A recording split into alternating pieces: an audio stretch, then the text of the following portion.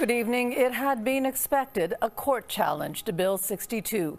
The National Council of Canadian Muslims and the Canadian Civil Liberties Association filed their papers this morning. The bill forces people who receive public services to show their faces. The groups will argue that the bill is discriminatory and illegal. Tara Schwartz reports. Warda Nali says since Bill 62, life for her has been difficult. I live in fear. I am always scared because I don't know what will happen when I go out.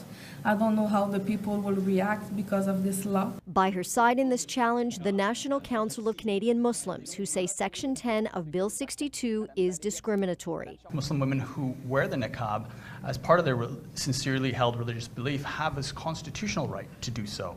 And it's not up to you or me or the government to pass judgment on what is appropriate or inappropriate religious practice. The suit was filed in Quebec Superior Court this morning.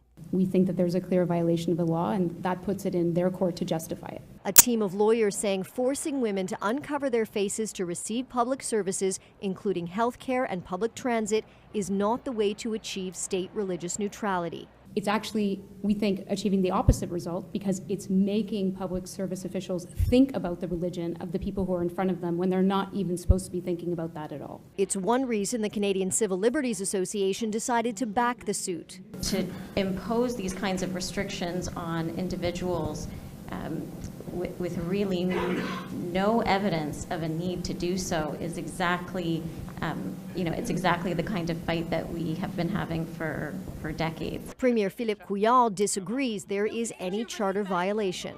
We deliberately wrote a bill that respects the charters, and we're very confident. Warda Nali isn't, saying removing her veil before a crowd would be humiliating and that the law sends a terrible message. If they already have negative thoughts about Muslim women, the law tells them it's okay, you are right to think this way, you are right to harass them, because even us, we make laws against them. It's really walking down a very dangerous path. The first court date is set for Wednesday, where the hope for this team is a stay of part of Bill 62 will be granted. Tara Schwartz, CTV News.